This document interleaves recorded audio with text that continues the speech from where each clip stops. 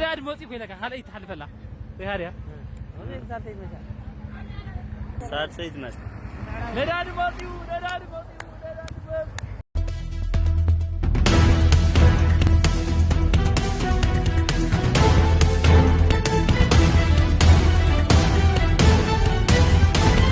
بفلما أمريكان إيران ناس ممع بتحنة خينات كبقع خمس جبراز قال زينان على ما بزرب الزلوان كابتهران زي تتصبنا يعني من ساق مجلس وطيلو نحد أمريكا وبعد سلطان بمتكاس تزرق حزينات تدرادر تخلتين هاجرات نتخينات نمقرات أسم مع خمس بتحون حجد ما فيرما بريزيدنت دونالد ترامب ما راح إيران تراي تسويت كم زجبر يجلس الزينة قد ممزرقو حقن وهاب قال منستر قديات وطا إيران اسماعيل واقاي كسكاب حجي مس أمريكا زخون اسم مع خمسة تجبر بمجلس نتسبساب نتيجو ولو أتوهب قال وسخ قداي محدرة وشمت هورمز بيران عمان تراي كوسن كم زلوا قالت يركبالو إذن قالت مجج أو حبريتها متمزاز تراي زي كنا عزيزتو عدد دبلوماسا والناي ميديام كينات مخال مفلات وانتخايل له أمريكا سمع توتي حزب الزينانا مع كناسينا مفساسا أمريكا بالعلي إيران هقراو تعطي مفتار تكمل سلتي تواهيل له إذن إيران سلام تسمع معنا لنا نساتهم يوم نتم فرام دم يوم زبل الرخاء بمفتار ناي جدن زي تدلي سمع خد فرم أو كورنا عن مقتاوز جبر فتن مخان تجليتو بانصار دما إيران نسمع بهصوص من صاغان قداي وشمت هرمز ملع على ناي جزار ساعة بوليتيكا ملختي خمزلو تحبير له وشمت هرمز هو تشامبوك أنا داد علم سلازخون إيران تزعبينا در جمرة وحتى أمريكا خمسة تهب تجليت يركبالو متت أمريكا بمنصاغت وشمت ناتنا ناي عمان وانتي بمبال قبل ناي جزار زباول على ونجو بوليتيكا على لينت نمرققات حيال صوتا تشيس كم زخفتتي تجليت زلو أزفت أمازي بانصار زرعي ولا قات خوينات كاو تخصم أكلات معدن تمتة كلتين هاجرات ميديان سنامرو عبلا لينتن قبل التكالاس جورا زلو قالسي عزيز تحلال خن كامز الزام زرحقا مخانيو الزخم زيلين كلو أو كاوش متهورمز موجود طارنا وسخي خيد زلو خينو بمسارة فرق وقعوا مع كناسين إيران تسني من مهر سرعة مكل خال أير سراوت إيران أو تقعد سيد كاشم تلا زخون السوال ونفارة رخي وخمزة فقالي تزلو إذا وش متهورمز تركب دسيت كاند مدبر حيل بحر إيران كوينا اتفت أمن وتدرون قحت إيران ونزاقول حخوين اللو بخال وقن مكتل بريزيدنت أمريكا جيدي فانس واشنطن تهران نتتقصدو نموال من نواح مزار هرمز داقمين مخفاتن أبز قبرو در بزح معبالة خمزر آيا قاليتو يخون برفانس وسيخوان مخزن زهبتما بزعبا يورانيم إيران قناعاوي زي مرد خمزلو حبيرو از خمزيلو اندهالو وهابق المينستر قديات وطا إيران اسماعيل باقاي نمجلس بريزيدنت دونالد ترامب أبترو السوشال ملسي هيبو للو اتو هابق الكلتين هاقره زاتي قصلا مهلون كوانت آمنة كسكاب حجقنا ناي مودات اسمم خمزي صدقة حبيرو بفلاي باقاي إيران نيكولا رواتوار كيهلو اختماع معلو أبزو القداي تزفى قورت خمزلوهم قاليتو كابتا معرباوين ودبات بزعبا سلاما وربابليك إيران كزاربون كلو قدن زبل قوانقو خطك أمزخ إليلن أبروحان مسلن هزبتاتنا تموركسنا وسانتاتنا نوسد كبليو أفليتو زلو اتوهاب قال بزعبا ملعلق قدا وشمت هرمز أبزهو مقلتي اتني حيل بحر أمريكا قدا خام مجمرتا زي حقاو نيرو أمريكا مبتعات فتسمدو أيفالزي بروبوغاندا تراين تخوينخون رئينا يلو بتوسخ وشمت عربا وقزاتها ومايات إيران عمان سلازركب كلتين هاجرات هاجرا وروحاتن أهجراو نقدر نبزحلو من جدي كم حد رو خمسة لون ونأسمير اللي يركبالهم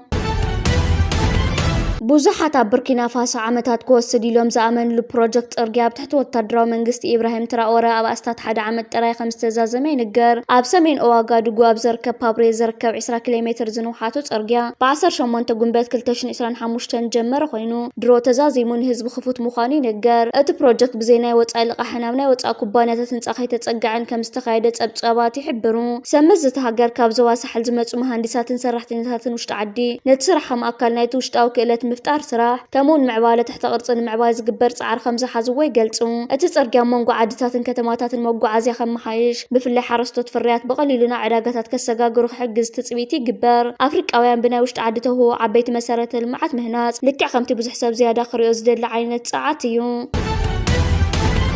حدا كابتن مرخبيتات مبرق أفريقيا عالم عبيت خون زركب زلو رأستاتن قديات سرعة بلصقنا حدا سنة خكايدي زبلا زلو سما مرجعات تهاجريو عدكافان نخاب قدمت مال جميرو من مريت كللا محراق عند مسمر صرغيا مول بمعصاو زخون يخون من قسقاسات دوبيلوم يركبوا لو جنبار حرنوت اوروما بتماساسالي اكل الاوروما زخون يخون من قسقاس خيكايد تمال عند مسمر صرغيا ناي تخلل عاصيمو يركبوا لو سرعة بلصقنا زخكايد زبلا زلو مرجع غنا خيتبغسه عبيت حداغاتات انصلالي ويركب ይርከብ ኣሎ ግንባር ሓርነት ኦሮሞ ኣብቲ ትማል ዘርግሖ ስፍሕ ዝበለ መግለጽታት ስርዓት ብልጽግናን ዕሸል መራሒ ኢትዮጵያ ኣብይ ኣሕመድን ምርጫ ከካየዲ ብምባል ኣብታ ሃገር ዝካየድ ዘሎ ምንቅስቃስ ኣብ ልዕሊ ህዝቢ ኢትዮጵያ ንዕቐት እዩ ግንባር ሓርነት ኦሮሞ ነዞም ኩነታት ኢዱ ኣጣሚሩ ከም ዘይዕዘብ ኣብታ ክልል ዝኾነ ይኹን ምንቅስቃስ ከይካየድ ኣብ ልዕሊ ምንቅስቃስ ዘካየዱ ውልቀ ሰባትን ጉጅለታትን ኣካላትን ኣድላይ ዝበሃል ስጉምትታት ክወስድ ምዃኑ ሓበሬታታት ድሕሪ ምሕላፍ ምርጫ ዘካየዱን ምስ ምርጫ ዝተተሓሓዘ ምንቅስቃስ ዘካየዱ ውልቀ ሰባትን ካብ ተግባራቶም ክቁጠቡ ሓያል መልእኽትታት ኣመሓላሊፉ ይርከብ ኣሎ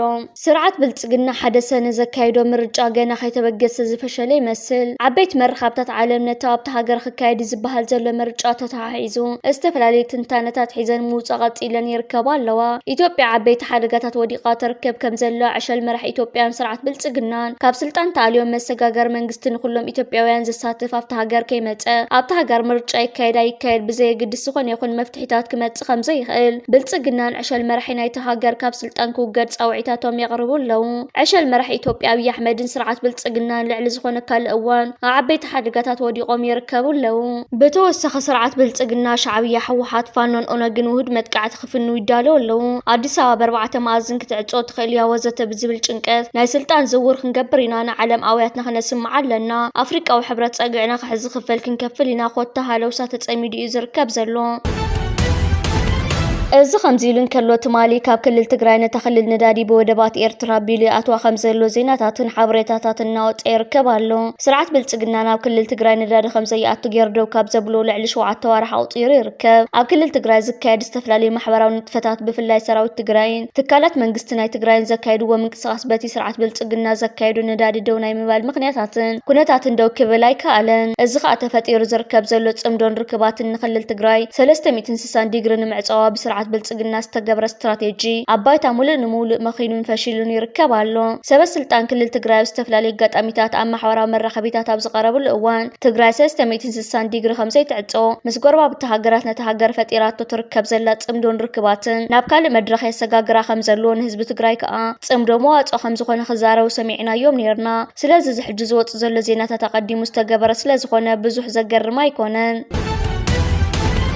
ሓደ መንግስቲ ሓያል ዝበሃል ጸጥታን ድሕነትን ህዝቡ ብምልኣት ምስ ዘረጋግጽ እዩ እቲ ቀዳማይ ዕማም ናይ ዝኾነ ሃገር መንግስቲ ቀዳማይ ሰላምን ጸጥታን ሃገር ምኽባር ካልኣይ ድሕነት ዜጋታቱ ምሕላው እዩ እቲ ቁጠባዊ ምዕባለ ወዘተ ዝበሃል ንዑ ስዒቡ ዝመጽእ እዩ ብዙሓት መንግስታት ነዚ ከተግብሩ ዓቕሚ የብሎምን ኣብ ኤርትራ ሚእታዊ ስልጣን ብመንግስቲ ዝውነን እዩ ዝኾነ ዕጡቕ ጉጅለ ወይ ወራሪ ጎረቤት ዝውንኖ ስድሪ መሬት ኤርትራ እውን ይኹን ፈጺሙ የለን ኤርትራ ትቆጻጸሩ ክልማያት ቂሕ ባሕር ብሸፋቱ ባሕር ዝድፈር ኣይኮነን ክላ ኣየር ኤርትራ እውን ብጽኑዕ ዝሕሎ እዩ ኤርትራ እንዳእተበለ ይኮነትን ኣብ ኤርትራ በኣድመኛታት ብደናጉላ ዝዕጾ ጽርግያታት የለን ኣብ ኤርትራ እንዳባር ኮይኑ ኣድማ ጽውቕ የሮ ወይ ድማ ፋኖ የለን ኣብ ኤርትራ ረብሓይ ተተንኪፍ ኢሉ ከም ናይ ሱዳን ዳጋሉ ዓሰኽር ሒዙ ሃገር ዝብትን ፋሉል የለን ኣብ ኤርትራ ይኮነ እንዶ ብሕቲ ሃገራውነት ብኣውራጃ ብዓልየት ብሃይማኖት ፖለቲካ ክትሰርሕ ክትርከብ ክትሓስብ እንተተረኺብካ እውን ዕጫኻ ደጊምካ ፀሓይ ኣብ ዘይትርእየሉን ጠረጦስ እዩ ምክንያቱ ድማ ሃገራዊ ድሕነት ቅድሚ ኩሉ ስራዕ ዕማም ስለ ዝኾነ እሞ ድማ ሃገረ ሰማዕታት ኤርትራ ፈጺምካ ዘይሕሰብ እዩ ኣብ ኤርትራ ከም ኣሜሪካ ድራግ ንኽሸጡ ምስ ፖሊስ ዝተኮሱ ዋጋ ሚዶታት የለውን ኣብ ኤርትራ ከም ክልል ትግራይ ንኣዋልድ ብኻራ ዝሓርድ ጨዊ ገንዘብ ክፈልኒ ዝብል ደፋር ክህሉ ፈጺምካ ዘይሕሰብ እዩ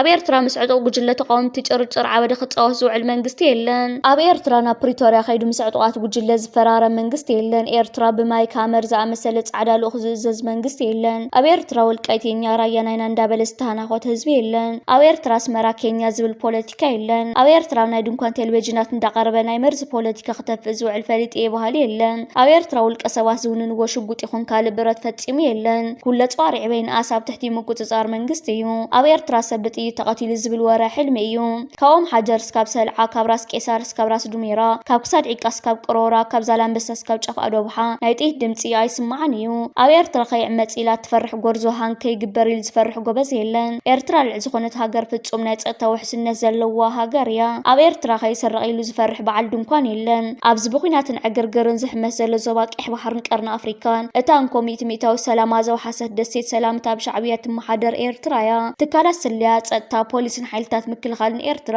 ብተልእኮ ሚእታዊት ውፅኢታዊ እዩ ክንብል ንኽእል እዚ ክትዛረበሉ ቀሊል ይመስል ይኸውን ግን መወዳድርቲ ዘይርከበሉ ጸጋ እዩ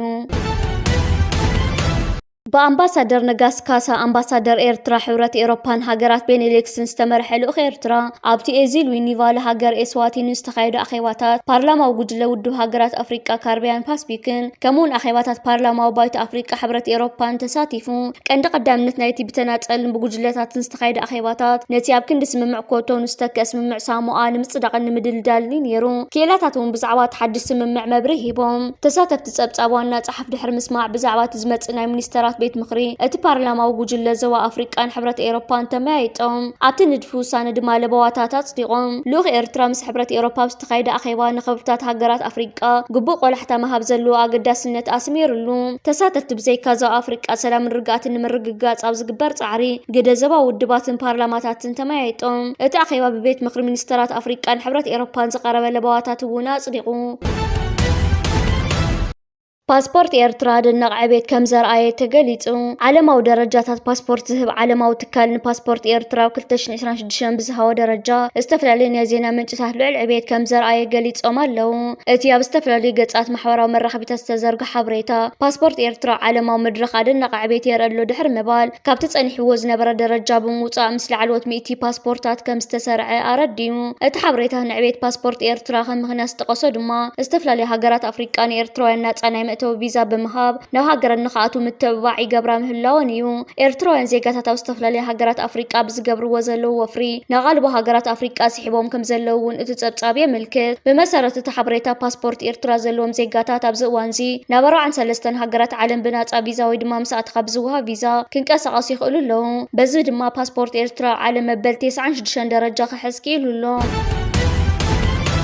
ኣብ ከተማ ባጽዕ ተደኪነ ብዝርከብ ፋብሪካ ዝዳሎ ባህርያዊ ፈሳሲ ልኩዕ ሕርሻዊ ምህርትን ምዕባይ ምስጉን ተራ ይፃወት ኣሎ። ኣብ መላ ኤርትራ ዝርከቡ ሓረስተ ተጠቀምቲ ናይቲ ውሽጢ ሃገር ካብ ተረፍ ዓሳን ፀሓይን ባሕርን ዝምስራሕ ባህርያዊ ፈሳሲ ልኩዕ ንምዃን ሓያል ጻዕሪ ይካየድ ኣሎ። እዚ ብምውሃድ ሚኒስትርታት ሕርሻን ሃብቲ ባሕርን ዝዳሎ ዘሎ ባህርያዊ ፈሳሲ ልኩዕ ናብ ኩለን ዞባታት ተዘርጊሑ ምህላው ድሮ እወንታዊ ፍረ ሂብ ከም ዘሎ ተረጋጊጹ። ኣብ ዞባ ማእከል ዝርከቡ ሓረስተ ድሮ ኣብ ጥቕሚ የውዕልዎ ብምህላዎም ኣብ ምሕፋስ ምህርቲ እወንታዊ ተራ ይፃወት ከም ዘሎ ክኢላታት ይሕብሩ። እቲ ፋብሪካ ወርሒ እስካብ 70,000 ሊትሮ ናይ ምፍራይ ዓቕሚ ከም ዘለዎ ጸብጻባት ሚኒስትሪ ሃብቲ ባሕሪ የነጽር።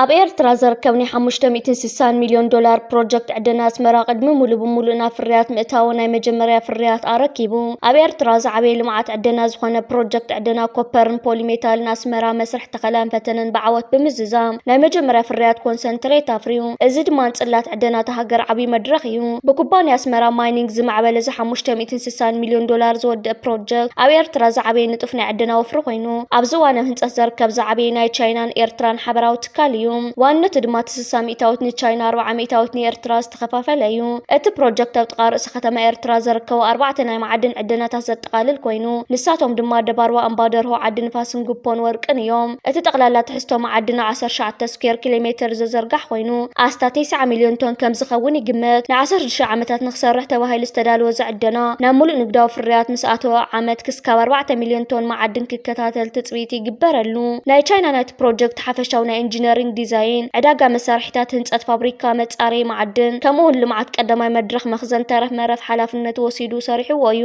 እዚ ብዓወት ዝተዛዘመ ናይ መጀመርያ ፍርያት ኣብ መላእ ቀርኒ ኣፍሪካ ንዝርከብ ብቻይና ዝድገፎ ፍረ ዕደና ንዓበየ ይኸይድ ከም ዘሎ ዘርኢ ኩባንያ ዕደና ኣስመራ ካብቶም ኣብ ኤርትራ ዘለዎ ማእከላት ዕደና ብዕብየት ቀዳማይ ደረጃ ዝሰርሕ እዩ። እዚ ኩባንያ ዝተፈላለዩ ማዕድናት ዘፍሪ ኮይኑ እዚ ሕጂ ጀሚርዎ ዝርከብ ዘሎ ከምዚ ዓይነት ፈተነታት ብዓወት ምዝዛሙ ኣብዚ ሒዝናዮ ንርከብ ዘለና ዓመት 2026 ፍርያቱ ናብ ዕዳጋታት ዓለም ከቕርብ ሰፊሕ ባብን ዕድልን ተፈጢሩ ይርከብ ኣሎ። እዚ ኸ ንሃገርና ኤርትራ ንዓና ንኤርትራውያንን ዓበይትን ዘሐጉስን ዜናታት ኮይኑ ይርከብ። ድሕሪ ናይ ነዊሕ ዓመታት ዘካየደ ኣላኸ ዝኾነ ጻዕርታትን መስርሕን እዩ ኣብ ከምዚ ዓይነት ናይ ፍርያት መድረኽ በፂሑ ዝርከብ ዘሎ። እዚ ኩባንያ ሓደ ካብቲ ብበዝሒ ዘፍርዮ ማዕድን ኮፐር ኮይኑ ኮፐር ኣብዚ ሕጂ እዋን ኣብ ዕዳጋታት ዓለም ልዑል ጠለባት ዘለዎ እዩ። ልዕሊ ዝኾነ ካልእ እዋን ዋጋ ኮፐር ንሓደ ሜትሪክ ቶን 5,000 ዝነበረ ኣብዚ ሕጂ እዋን 15,000 ዶላር በፂሑ ይርከብ ኣሎ። ኩባንያ ዕደና ኣስመራ ኣብ ግዜን ሰዓትን ፍርያቱ ናብ ዕዳጋታት ዓለም ከቕርብ ምስ ጀመረ ኤርትራና ልዑል ኣታዊታት ክትረክብ እያ። ሃገርና ኤርትራን መዳይ ዕደና ኤርትራን ካብ ግዜ ናብ ግዜ ናብ ዝበረኸ ደረጃታት እናዓበየ ኩባንያ ዕደና ኣስመራ 3 ገጻት ዘለዎ ኮይኑ 32,000 ቶን ነሓስ፣ 92,000 ቶን ዚንጎ፣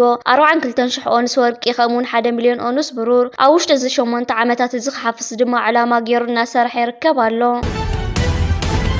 እዚ ከምዚሉን ከሎ ዓሊ ስሌማን ብሉፅ መዝጋቢ ሽቶ ፕሪምየር ሊግ ግብፂ ብምዃን ወርቃዊ ጫማ ተሸሊሙ። ዓሊ ስሌማን ነዚ ናይ ዓመት ፕሪምየር ሊግ ግብፂ ብ12 ሽቶታትን 3 ሽቶ ዝኾነ ዓሳሱ ብምሃብ ይዛዚሙ።